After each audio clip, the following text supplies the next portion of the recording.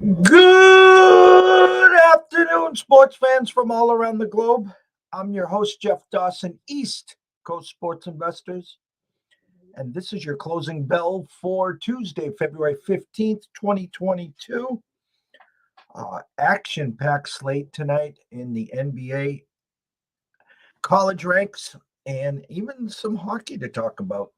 If you are watching us earlier this morning at the Breakfast Bankroll, myself and Scott talked about some leans that we had this morning. It'll be nice to see how the market has changed and if we're still on some of those leans. Scott had already played a couple of games already, and I had talked about 3 games,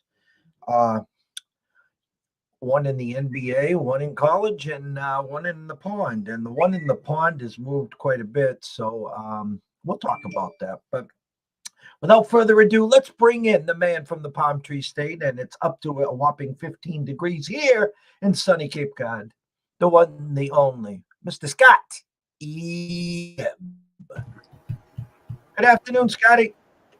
Yes, sir, Mr. Jeffrey. It is a little warmer than 15 degrees here, and walked the dogs this afternoon and decided I didn't need a coat. No jacket. It was a little windy, though, so I kept my long sleeve shirt on. But now it's less windy, and, it's 75 degrees, so it's time to go sit by the pool. No, I'm just kidding. We don't sit by the pool until it's at least over 80. I just it's funny because I had a quick 3 nights I needed to stay in Vegas before I got out to my usual spot for the 2 weeks, and I thought I was being coy and cute, and I grabbed a place. And when I talked to Dave yesterday about it, his eyes lit up like a Christmas tree. He shook his head. He goes, "Nah, I don't think you want to stay there." So I did some more research, and where we had purchased some timeshare at Tahiti Village is this huge lazy river, 2 other pools. It's palm trees everywhere. It feels like you're in Hawaii. It's called Tahiti, Hawaii. So I'll be there Tuesday, Wednesday, Thursday. Now, usually at the start of March, the lazy river isn't open yet because, again, it's 60, 65, some 70s there. It's cold, like, I'm not saying cold like us, but, like they get down in the 30s and 40s down there. So it will be interesting to see in 29 days, who's counting, if the lazy river will be open. Yeah, the water gets cold, so it warms up during the day, but it doesn't warm up enough to jump in and be comfortable. It's like ice cubes in there, but it's funny, people come down here for spring break and stuff all the time from the north, and they come down and the first thing they want to do is jump right in the pool. And I'm like, are you people nuts? And then they get out in the Gulf or the ocean, and they get out there and they're like, holy crap. I'm like, I would never get in there because I know what it's like when it's hot out, and then the water warms up and it's more comfortable. Right now, it would be cold as cold can be. Although, it's like I said before, we got a heated pool now, so come down anytime. We can jump in the pool anytime you want. I will make sure that, trust me on that. Like I said, it's a big board. I want to get everyone up to speed, see where our eyes and ears are today. I've been studying this board now since last night. Not a lot has changed, just more dynamics, more sources that you dive into and stuff like that. So there's your NBA board. Anything change? Anything look different? Any different fields or Metza? Well, it's interesting. Cleveland opened as a favorite, and then the line we were talking about was moving in the direction of Atlanta, and now it's flipped. My number in that game was Atlanta -4. And it started off with Cleveland -2. But a lot of times when I get those flips like that, when my numbers come up that way, I kind of hesitate only because the numbers don't always come out right. So I kind of hesitate and then kind of wait and see what the betting line's doing. And of course, it's headed into that direction. But I think that at this point, if you wanted to bet on Atlanta, you missed your opportunity. I mean, if you were going to get points, you should have taken them when you could get the points. So I don't think there's value there. I think you're losing the value. And what I talked about earlier today was the Miami game, and it hasn't really changed much. I mean, I got it at 3.5, but I think when we were talking about it, it was 4 or 4.5, and I said it was okay up to 4.5. And I thought, well, if you hang on long enough, it might drop back to 4 because that's what some of this stuff's been happening.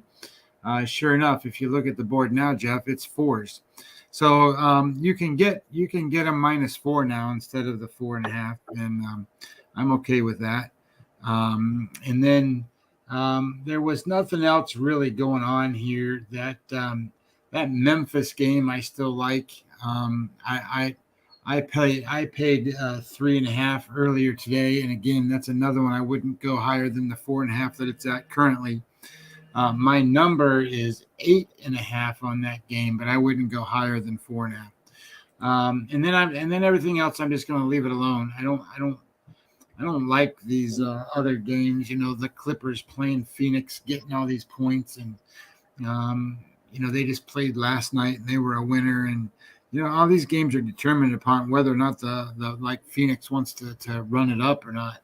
And then the other game is Milwaukee -13.5. So, all these games that I'm kind of bypassing there, I don't like.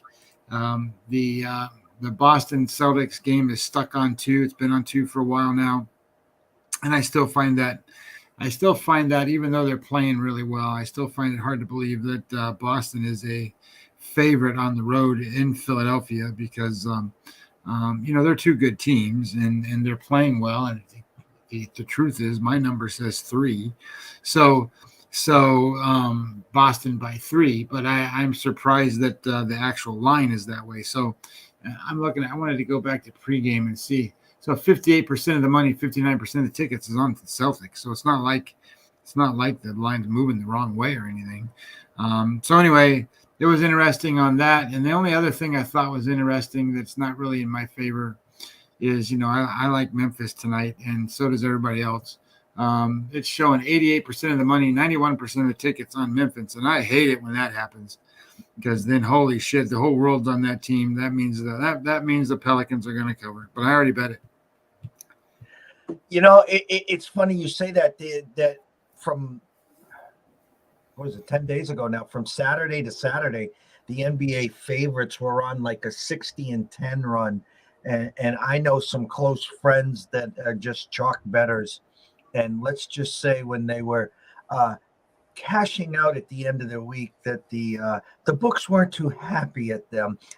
But on the other side, this one gentleman said to me, "Don't worry, I'm giving it back this week." And so the mentality is, some people just never change. They don't take that gift horse, that an amazing ride that they had for the last 10 days, instead of trying to change up maybe and say, okay, we know the change is coming. I mean, let's be realistic here.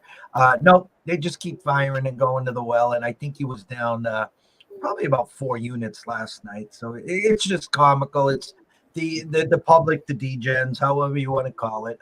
Some people never change, and it is what it is. Well, I hit 2 underdogs yesterday with the under, and that's what sharps play, right? They play unders and they play dogs. But today I'm playing 2 favorites, so we'll have to see how that works out. The one thing I talked about this morning, I'm still going to stick to it. I'm going to an NBA total. And I talked about Charlotte and Minnesota. It's rotation number 533, 534. It's an 8-10 tip-off. On Friday, we were on the over 241 in the Bulls-Minnesota game, and that went flying over. This game opened at 244. I'm showing Scott 65% of the 65% of the bets, 77% of the money on the under. Yet the line hasn't moved at Circa, and it actually went up at Westgate and South Point to 244.5. I'm on that over. Yeah, I'm showing 55% of the money, 52% of the tickets on the under at pregame. Yeah, I'm going to stick to that over. I mean, again, that's just a big red flag, and that jumped out to us. real big there. I want to go to the college game. I talked on the breakfast bankroll about an over in a college game, and I not that I'm going to retract it. I just you got to be aware in the college games because this is the second time around. Okay, so when a number flies over the first game, just make sure you have all the notes. And so when I looked at the Bowling Green game, where are we here? Rotation number 613, 614, an over that opened at 163 and is now 164, which again, you see a lot of, if Virginia's playing, for instance, the numbers 118, 120, 122, the average is 135, 140. When you see the games in the low 150s, they're expecting 75 apiece. Somewhere in that. And when you get into the high 150s and 160s, unless if they're marquee games, I stay away. But when they're the smaller teams, I tend to take a look at the over. Well, Buffalo and Bowling Green played earlier this year, and the final score was 99-88. Okay. So you got to look at it the other way now. Okay. So they scored 187 points, and they only opened up the over at 163. Okay, so that's a big difference there. So just be careful on that over. I talked about this morning. I'm not saying if you already played it, it's a loss. My point is, again, that's a real high total. They usually do go over, so keep an eye on that. Back to the college board. Rotation number 605, 606. It's a 6:30 start. Michigan State at Penn State. This game opened at 2.5 and is still 2.5. Yet 72% of the bets, 73% of the money on Michigan State, Scott. Yeah, this is by far the highest bet game of the day, and that includes the NBA. The NBA has, they average around $80,000, say $80,000, $60,000, $70,000 a game. And in here, this is $113,000 bet on this game, showing 71% of the money, 71% of the tickets on Michigan State. All right, guys, the only thing I can tell you here is we're waiting for Michigan State to start rolling. On paper, this looks like a slam dunk. I can tell you last Saturday, same spot, same blueprint, same everything. Michigan State was 2.5 at Rutgers. Rutgers blew their doors 2 Saturdays ago. I'm sorry. This is the same setup. So I would say if you were to play this game, I said if, I'd make 2 suggestions here. I would think about buying the hook to 3. 4's got to beat you. So keep it 3, 2, or 1. I like that lean. I also would say plus 118, plus 122 on the money line as well. I think is a solid play. Again, you're getting that many tickets, that much action, and Vegas doesn't want to get it off the 2.5. So I would definitely lean Penn State there. I talked about the Jekyll and Hydes. Memphis at Cincinnati, 607, 608 on the rotation. Memphis opened up at 3, staying at 3, yet Cincinnati has 69% of the bets and 57% of the money. Yeah, I'm showing 61% of the money, 56% of the tickets on Cincinnati. And that's a line freeze lean towards Memphis. So again, you'll know early. If you want to jump on Memphis today, just keep an eye on that game early. If you get the real Memphis team, they cover this game going away. If you get that one that didn't show up, you better get ready to get into an in-game or a halftime play there. I talked about the total in the Buffalo Bowling Green game. An interesting game here. Texas at Oklahoma, rotation number 615, 616. Texas has been real good to the ECSI family this year. They opened up 1.5 point favorites, now down to 1. Yet 57% of the bets, 83% of the money coming in on the Longhorns. Yeah, I got 59% of the money, 65% of the tickets on Texas, and this is $78,000 on this game.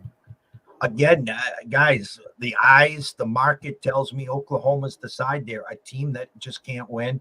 They reminded me of Georgetown almost and how they're playing in conference play. Yet Texas, they're begging for Texas money. So I definitely lean Oklahoma here, plus the 1 or 1.5 there. Another game that stinks to high heaven. I'll call this stench one of the stenches of the night.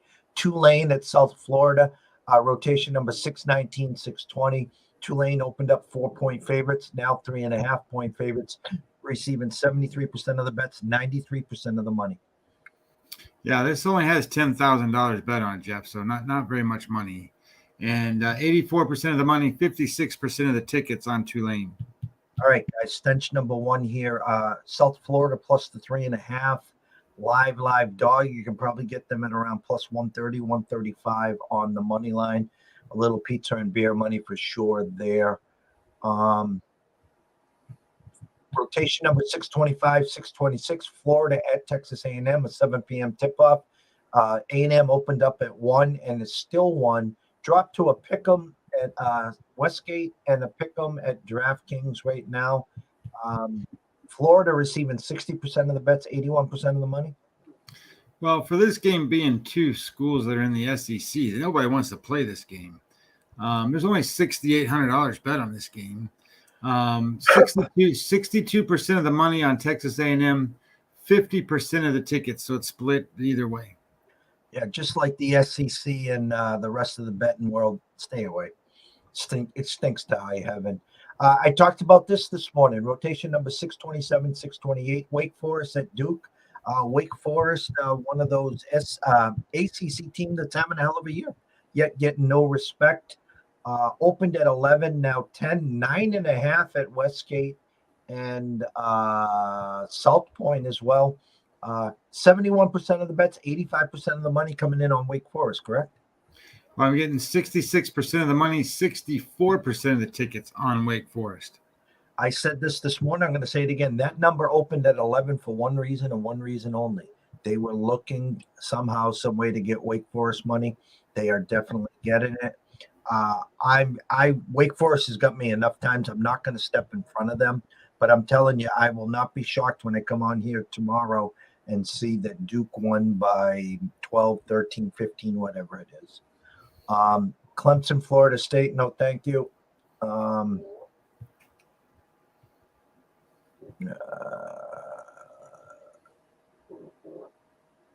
This game intrigues the hell out of me. Rotation number 635, 636. Bradley at Southern Illinois.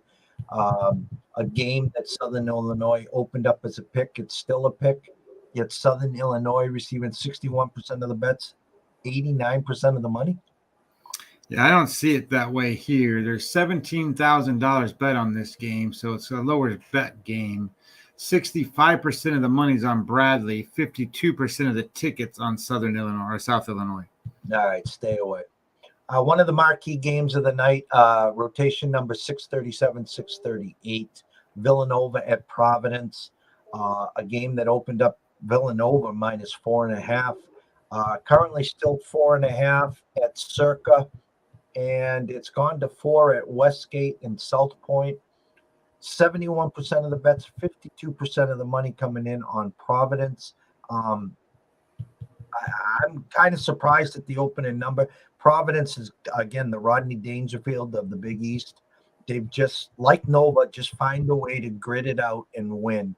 Yet Nova's a 4-point favorite. I think Vegas is making a statement. They're saying, hey, come on, we're taking all the Providence money. I think it's going to be a hell of a game. If I wasn't going to stores tomorrow, I definitely would have taken the 45-minute trip down to Providence to see this one. What are the numbers, Scott? $93,000 bet on it, so one of the highest bet games of the night. And 67% of the money, 79% of the tickets on Providence. Yeah, I think, and it's a 130. The under over opened at 130. It's now 132.5. So basic math used the 130, 65, 65, 65, 65, 67. So that I think, they're initially telling you 67, 62, 68.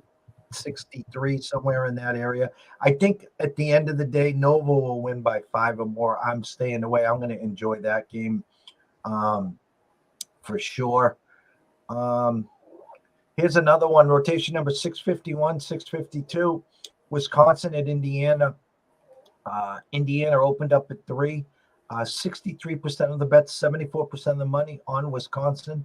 The line hasn't moved. This is an absolute must-win for the Hoosiers.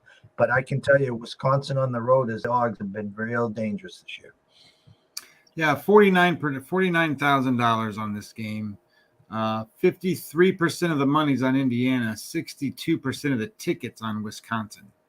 Yeah, stay away, enjoy that. I just think Indiana's going to find a way to win, even though we just purchased on Saturday, of course, a Wisconsin to win the regular season plus 300, and they go out and lose at home to Rutgers. I'm still shaking my head there.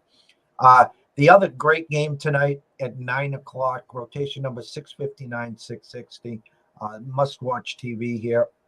Kentucky, absolutely on a roll at Tennessee. Another Jekyll and Hyde team. A line that opened up Tennessee -1, now -2 at Circa. They're definitely getting some sharp, heavy money there. The rest of the Vegas strip at 1.5. Yet Kentucky's got 60% of the bets, 61% of the money. Yep, $86,000 on this game and 58% of the money, 66% of the tickets on Kentucky. I'll stick my neck out and say the Vols find a way to win. I looked at the money line and it was up to 131. I don't like leaving 1.5s and 2 on the board. I hate to watch a game for 2 hours and get a backdoor 3 at the buzzer and snipe you. So if you were going to dive into Tennessee tonight, I would look at the money line. I hate to leave points on the desk. I think they find a way. I've talked to a few guys today. You'll know earlier this Tennessee team, the Kentucky team has found a way to just grit out some wins. So if Tennessee comes to play, the crowd's behind them. I might even look at a first half play with the Vols. Might make it easier on you than having to sweat out the second half there. That's about it on the college board. Any questions, comments, concerns can reach me at EC Sports Invest. It's right on the bottom. You can send me a DM. Ask a question on my timeline. I will gladly answer it. The NHL board, the one game that stuck out, and I talked about it this morning, and it moved a lot, and I've actually seen them now as a favorite. Rotation number 25-26 in the pucks. It's a 10:30 drop. Edmonton at LA. Edmonton now 2-0 since they fired the coach. Yes, they played last night in San Jose. Yes, they won 3-0. The Kings opened up -140. It's dropped all the way down to 109 now. You can get Edmonton -100 or +100, however you see it. What are the numbers there, Scott? $16,000 bet on the game. 74% of the money, 74% of the tickets on Edmonton. They're riding the new coach. I guess some people would say it's hell of a value on the Kings who opened up. You know, I'm a big opening up number. Vegas opened up the Kings -140 for a reason. Now you're basically getting them a pick 'em at home. I talked about Edmonton earlier this morning on the show. I think I'm going to still stick to it. An under-over that's 6.5. They're expecting some goals there. Last night it was a 3-0 game, so maybe this is your 4-3 classic in overtime or a shootout. But I do lean Edmonton here. You can get them +100, so keep an eye on that. Like I said, huge board, a lot of stuff to talk about. That's why we're here. But we reached that segment of the day for Webby's Words of Wisdom. Well, today we're going to just hit a phrase that I've heard. I even saw a T-shirt logo this way today. It said, "Scared money don't make no money." And then if you really break that down and you think about what that means, it just means do what you do on purpose and with purpose, right? So I guess I went further and kind of defined some of that stuff to kind of get a better idea. And it's basically kind of like this. Living your life on purpose means doing what you truly matters to you, that is in alignment with your values and beliefs. And when you aren't in that alignment, things are foggy, colorless, you get bored, you're busy at the same time, you get always tired. The purpose is you want to feel alive, you want to be passionate, you want to be lit up from within yourself about what you're doing. So your purpose is important. And then trust yourself so that you forget about what others think. The idea is to do the things that you need to do with the idea that you are in a spot that you don't waste any of those motions or ideas or things. You're not being focused away. Time is precious. Value how you spend it. Do what you will get where you want to go. In other words, everything you're doing now needs to help you get to where you're headed. And if you can bypass the things that distract you, you'll be in much better shape. And lastly, what is important today? Every day, ask yourself, what is important today? Because as you're doing these things and you're getting through, you can define your purpose more, and then you can do it with purpose better. Now, how does this align with what we do? So if you align your thoughts and your strategy and you're working on your values and beliefs, and you're wagering towards that, then you can feel alive, you can feel lit up, and you can go with confidence to the window and act accordingly. And what act accordingly means is scared money don't make no money. So if you want to make money, money makes money. So you got to remember that if you put $10 on a game, you can expect to get $10 back. The idea is if you want to make some money, you're going to have to put some money out there. And if you do it appropriately and you do it within conviction and you do it with what your plan was and what your purpose is, I think you're going to get a better kick out of life. Don't wimp out when you get to the window. Trust yourself.